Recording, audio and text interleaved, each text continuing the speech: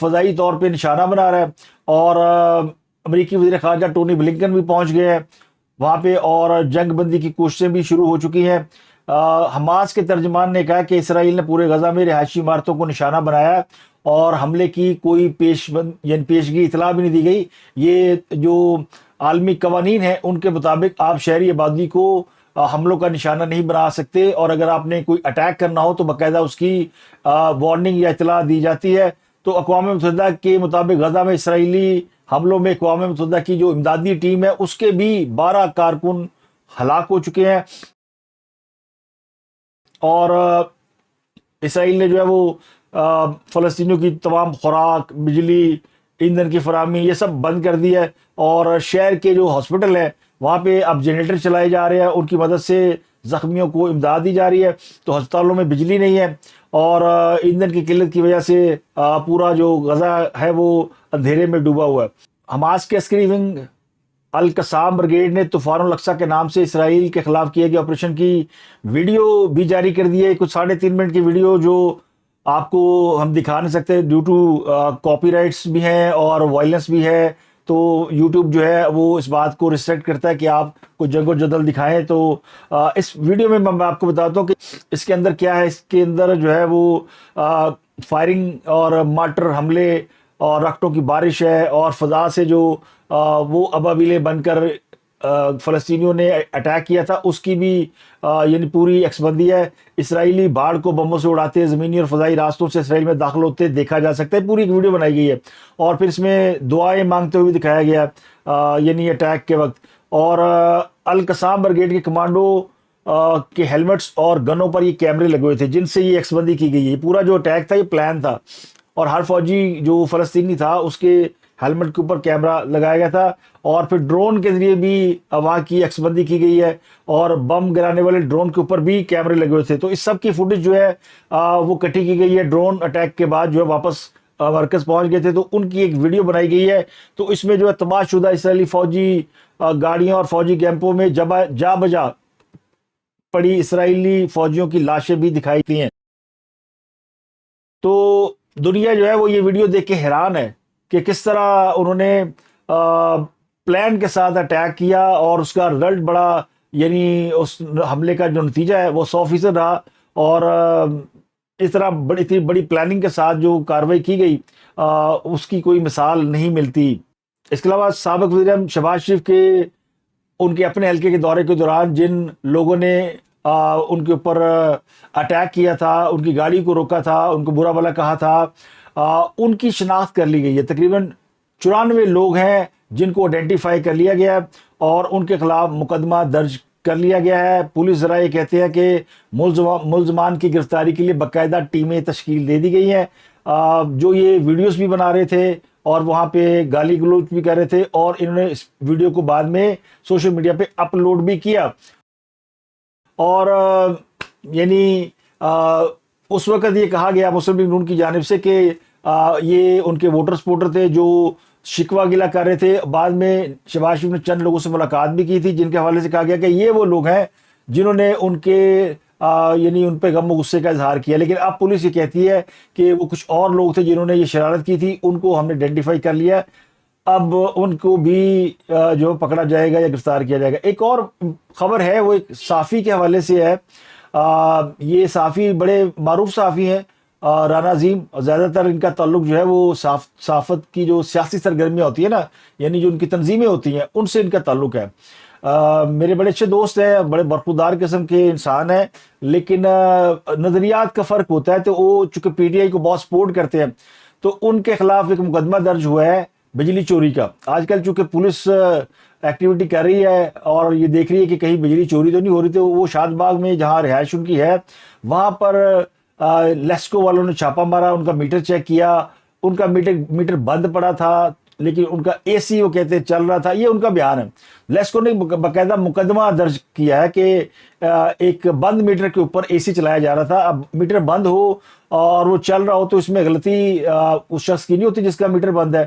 یہ تو وابڈا والوں کا کام ہے کہ وہ میٹر درست کریں، لیکن آپ درخواستیں لے کر چلے جائیں، وہ کہتے ہیں ہمارے پاس میٹر ہی نہیں، جب آئے گا تو چینج کر دیں گے، تب تک آپ کو فکس بل بھیجا جاتا ہے۔ ملی بھگت بھی ہوتی ہے، بعض اوقات وہ میٹر ریڈر جو ہے وہ خراب میٹر آپ کو لگا دیتا ہے اور کہتا ہے چلائی جو آپ کو فکس بل آئے گا، آپ کو کیا پرابلم ہے. تو یہ بھی ہوتا ہے.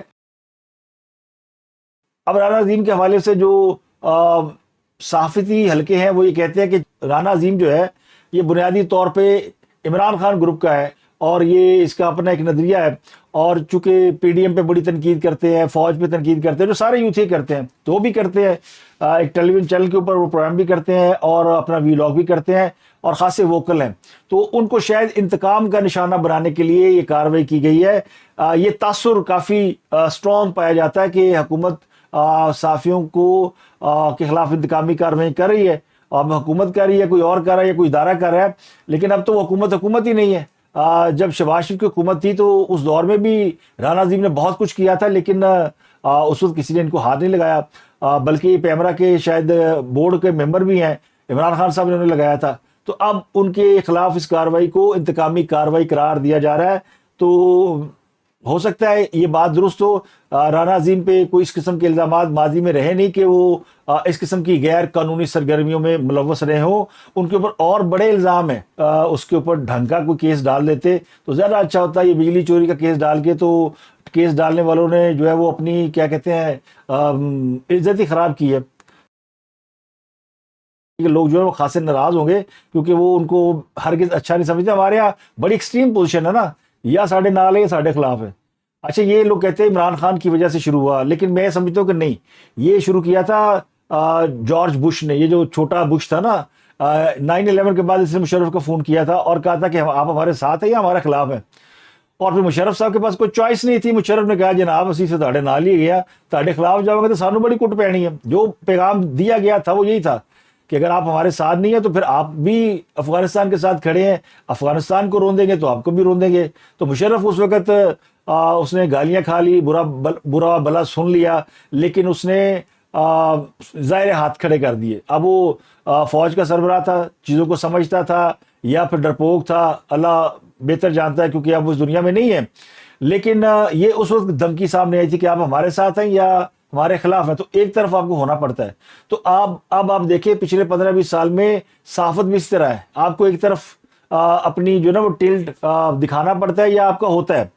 دکھانا کیا پڑتا ہے؟ معاشرے میں پولرائزیشن اتنی ہے کہ آپ یعنی چاہیں یا نہ چاہیں آپ اس قطار میں کھڑے ہو جاتے ہیں. بس اگر آپ عمران خان صاحب کو تھوڑی سی تنقید کریں گے تو وہ کہیں گے یہ پٹواری ہے، اور آپ تھوڑی سی عمران خان کی یا کسی کی اور کی حمایت کریں گے لوگ کہیں گے یوتھیا ہے، اور زیادہ کریں گے لوگ کہیں گے عمرانڈو ہے. تو وہ لیول سیٹ ہو چکے ہیں. تو اب اس میں کوئی برا ماننے والی یا منانے والی بات نہیں ہے. اب دو بڑی خبریں، ایک جنید صفدر کی طلاق کے حوالے سے ہے. جنید صفدر کے نکاح کی تقریب اگست 2021 میں لندن کے ایک بہت بڑے ہوٹل میں ہوئی تھی، اور پھر اس کی شادی کی تقریبات دسمبر میں پاکستان میں ہوئی تھی.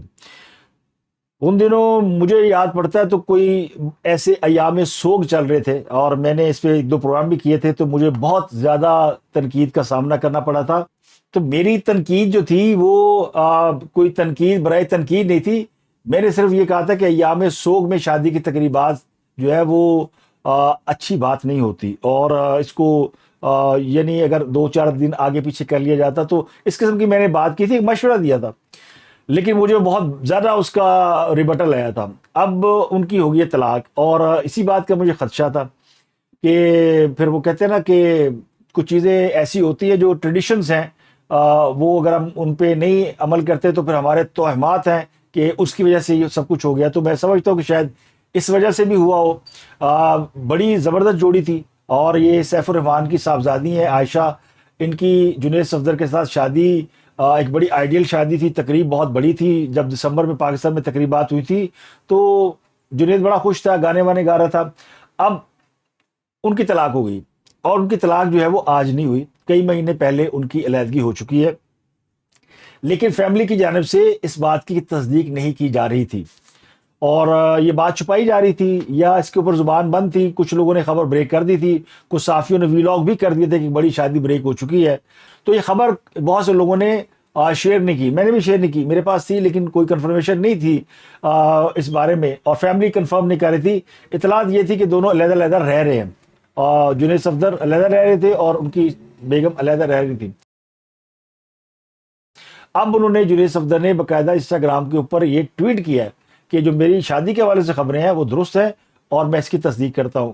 تو یہ انہوں نے اس لیے کیا ہے کہ سیف الرحمان جو ہے وہ جنید صفدر کے سسر ہیں, اور پاکستان میں جب نواز شریف کی حکومت تھی تو یہ احتساب کے سربراہ تھے, یعنی اس وقت کے منسٹر تھے, اور ان کے عہد میں بڑے بڑے سیاسی مخالفین جو ہیں وہ نیب کی گرفت میں آئے, ان کا احتساب شروع ہوا, پھر خود یہ معافی تلافی مانگ کے جو باہر چلے گئے قطر, انہوں نے اپنا جا کے کاروبار شروع کر دیا. اب یہ قطر کے فیملی کے ساتھ بہت ان کا بڑا گہرا ریلیشن ہے, اور یہ بہت ہی زیادہ وہاں پہ انفلوئنس ہے, اور تعلق مسلم لیگ نون سے ان کا بڑا گہرا ہے اور اس کا حصہ رہے ہیں. لیکن اب چونکہ وہ ظاہر فیملی میں جب دراڑ آتی ہے, کوئی ناراضگی ہوتی ہے, تو پھر بڑوں کے درمیان بھی تھوڑے سے فاصلے بڑھ جاتے ہیں. تو قطر کے ساتھ جو تعلقات مضبوط ہوئے شریف فیملی کے, وہ ڈیو ٹو سیف الرحمان کی وجہ سے ہوئے, ان کی فیملی کی وجہ سے ہوئے. اب اس کے اوپر ایک کویسچن مارک آ چکا ہے, اور میرا خیال ہے کہ نواز شریف جو ہے وہ قطر اس لیے نہیں جانا چاہتے کہ وہاں پہ ان کی رائل فیملی سے ملاقات نہیں ہو سکتی, یا انہوں نے بلایا نہیں, انہوں نے دعوت دی ہوئی ہے, لیکن چونکہ وہاں پہ سیف الرحمان موجود ہے اور نواز شریف شاید ان کا یو ایس فیملی کا سامنا نہیں کرنا چاہتے یا ان سے ملاقات نہیں کرنا چاہتے, تو انہوں نے اپنی واپسی کے روٹ میں سے قطر کو نکال دیا. یہ وجہ ہے کہ جس کی وجہ سے یہ خبر بریک کی گئی ہے. اب طلاق کی ہوئی, طلاق کی بڑی وجہ ظاہر ہے کہ دو ڈیفرنٹ کلچر ہے, اور جنید صفدر جو ہے اس کا دونوں ویسے ماڈرن ہے, لیکن ان کا ساتھ وقت بڑا کم گزر رہا تھا, اور شاید وہ یہ چاہتی تھی عائشہ کہ وہ قطر میں آ کے رہیں ان کی فیملی کے ساتھ, جو جنید صفدر زیادہ اس کو ایکسیپٹ نہیں کر پا رہے تھے, اور وہ زیادہ تر لندن میں اپنے نانا کے اور فیملی کے ساتھ زیادہ ان کا وقت گزرا ہے, اور ان کی ایک محبت اور افیلیشن بھی ہے, اور لندن میں رہنے کے باوجود جو ہے وہ زیادہ باہر نہیں نکلتے. اب عائشہ اگر لندن میں رہتی ہے تو باہر نہیں نکل سکتی, اور اگر وہ قطر میں رہتی ہے تو جنید وہاں رہنا نہیں چاہتے. تو یہ ایک وجہ بنی ان کے درمیان جو آہستہ آہستہ بڑھتی گئی, اور پھر دونوں نے فیصلہ کیا کہ پھر ہم اپنے یعنی پارٹ اوے راستے جدا کر لیتے ہیں, اور وہ علیحدہ ہوئے, اور اب انہوں نے باقاعدہ اس کی تصدیق کر دی ہے کہ دونوں میں طلاق ہو چکی ہے. اب اس کے اوپر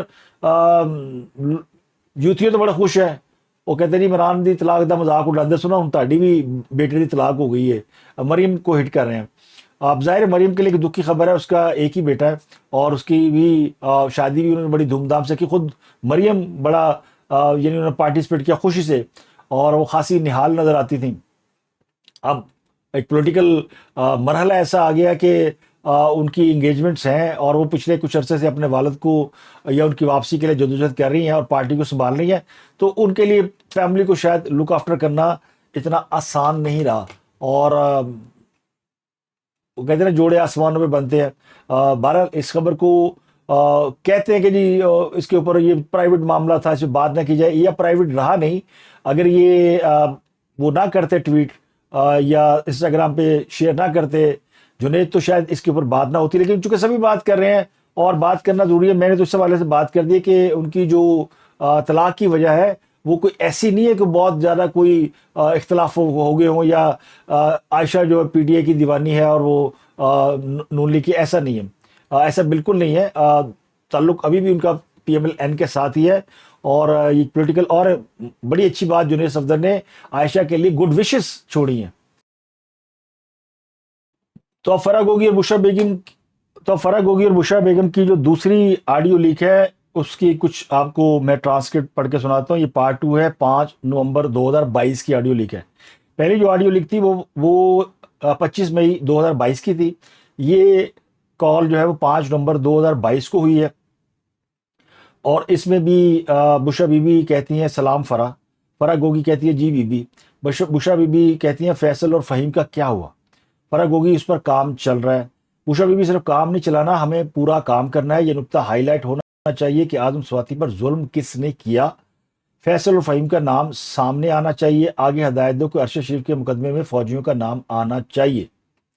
فرح گوگی کہتی ہے ٹھیک ہے. اب فیصل اور فہیم, یہ میں آپ کو بتا دوں, یہ جنرل فیصل نصیر کا نام لے رہی ہیں اور بریگیڈیئر فہیم کا نام لے رہی ہیں جو سیکٹر کمانڈر ہیں. اور آپ کو یاد ہوگا کہ سیکٹر کمانڈر راشد, فہیم اور general Faisal Naseer major general تھے. اس وقت ان کے نام ہائی لائٹ کیے جاتے تھے کہ یہ وہ لوگ ہیں جو کہ جن کے ساتھ پی ٹی آئی کا متقع چل رہا ہے اور یہ پی ٹی آئی کے لوگوں کو پکڑتے ہیں اور ان کے اوپر تشدد کرتے ہیں. تو میجر جنرل فیصل نصیر کا نام اس طرح استعمال کیا جاتا ہے. اور فہیم جو اسلام آباد کے شاید سیکٹر انچارج تھے if I am not wrong, تو ان کا نام بھی لیا جاتا. تو فرح گوگی سے کہتی ہے ٹھیک ہے. بشرا بی بی کہتی ہے سلیمان اکرم راجہ کو عدالت کے سامنے کرو وہ بہتر ہے. فرح گوگی کہتی ہے کیا وہ عدالت کو سنبھال لے گا؟ بشرا بی بی کہتی ہے عدالت خود ہی سنبھل جائے گی. اس کے مقدمہ کے کچھ دن بعد ہی قومی اسمبلی پنجاب اور خیبر پختونخوا اسمبلی سے استعفے آئیں گے تو سب کو سمجھ آ جائے گا. یعنی 2 اسمبلیوں سے استعفے بھی بشرا بی بی دلوا رہی ہیں. فرح گوگی پوچھتی ہے لیکن وہ ماموں جنرل باجوہ کا کیا کرنا ہے؟ بشرا بی بی کہتی ہے 4 دن تک فوج کو کچھ نہیں بولا جائے گا, تب تک تم نے الوی پر پریشر ڈالنا ہے کہ وہ عملی اقدام اٹھا لے. فرح گوگی ٹویٹ لکھوا دوں؟ بشرا بی بی کہتی ہے نہیں ٹویٹ رہنے دو, ہم خان کے زخمی ہونے کی اسٹریٹجی تیار کر رہے ہیں, کچھ دیر بعد زخموں کی ویڈیو جاری کریں گے, تم بس الفاظ لکھوا دینا. فرح گوگی کہتی ہے تو ستارے والے ہیں ان کا. بشرا بی بی کہتی ہے کہ نام لے کے آئی ایس آئی کے لوگوں کو بتائیں کہ ہم آپ کا نام لینا چھوڑ دیں گے, ہمیں اس کی مضبوط گارنٹی چاہیے. فرح گوگی میں کہتی ہوں, اس کا مطلب ہے کہ فرح گوگی آئی ایس آئی کے ساتھ رابطے میں تھی اور سہولت کاری کے فرائض انجام دے رہی تھی. بشرا بی بی اور یا عمران خان کی فیملی اور یہ جن کے نام وہ لے رہی ہیں آئی ایس آئی کے لوگ, ان کے درمیان کوئی نیگوسیشن چل رہی تھی یا پیغام رسانی ہو رہی تھی, تو یہ فرح گوگی کر رہی تھی. بشرا بی بی کہتی ہے کہ ٹھیک ہے میں انہیں کہتی ہوں. بشرا بی بی کہتی ہے ان کو بتا دو کہ خان بولے گا کہ ملک بھی میرا ہے فوج بھی میری ہے. فرح گوگی کہتی ہے تو پھر جیو کا کیا کرنا, یہ جیو ٹیلی ویژن کی بات ہو رہی ہے. بشرا بی کہتی ہے جیو کے خلاف پوری کمپین تیار کرو. اور اس کے بعد ان سے پوچھا جاتا ہے کہ وہ باہر والے جو ہیں ان کا کیا کرنا ہے. بشرا بی کہتی ہے باہر والوں کو بتا دو کہ پچھلی دفعہ جب تم نے ان سے فوج مانگی تھی تو انہوں نے کیسے تمہیں اسمبلی میں منڈ دیا تھا. فرح گوگی جی مذاق اڑایا تھا. اب یہ باہر والوں کو بتا دو کہ پچھلی دفعہ تم نے ان سے فوج مانگی تھی تو انہوں نے کیسے تمہیں اسمبلی میں منڈ دیا تھا. یہ تھوڑا مبہم ہے, مجھے اس حوالے سے کوئی ریکال نہیں ہو رہا کہ یہ کیا چیز ہے. اس کے بعد بشرا بی کہتی ہے فرح یہ سب کام جلد از جلد ہونے چاہیے, الوی کا کردار سب سے اہم ہے, ہمیں یہ بندہ کسی صورت قابل قبول نہیں ہے. فرح کو کہتی ہے بس ٹھیک ہے وہ ملاقات کے لیے آ رہے ہیں, میں فون رکھتی ہوں اور کال بند. ملاقات کے لیے کون آ رہا ہے؟ جن کے ساتھ پیغام رسانی ہو رہی ہے. تو آئی ایس آئی کے لوگ اس وقت بقول اس مبینہ کال کے کہ وہ وہاں پہ آئیں گے اور ان کے ساتھ یہ سارے جو میسیج لیے اور دیے گئے ہیں ان کے ساتھ شیئر ہوں گے اور پھر آگے کی حکمت عملی بنائی جائے گی. تو فی الحال جو ٹرانسکرپٹ ہے وہ سامنے لایا گیا ہے اور مطلب اس کا صاف ظاہر ہے کہ کچھ چیزیں جو مارکیٹ میں اگر چھوڑی جا رہی ہیں تو اس کا مطلب یہ کہ کام نہیں ہو رہا, اور اگر کام نہیں ہوگا تو پھر اس طرح کی چیزیں اور مارکیٹ کے اندر آئیں گی. تو یہ 2 آڈیو لیک ہے جنہوں نے خاصا دھماکہ کیا ہوا ہے. اور اب تک کے لیے اتنا ہی. آپ سے ملاقات ہوتی ہے اگلے ولاگ میں. اپنا گرد و نواح کو بہت خیال رکھیں.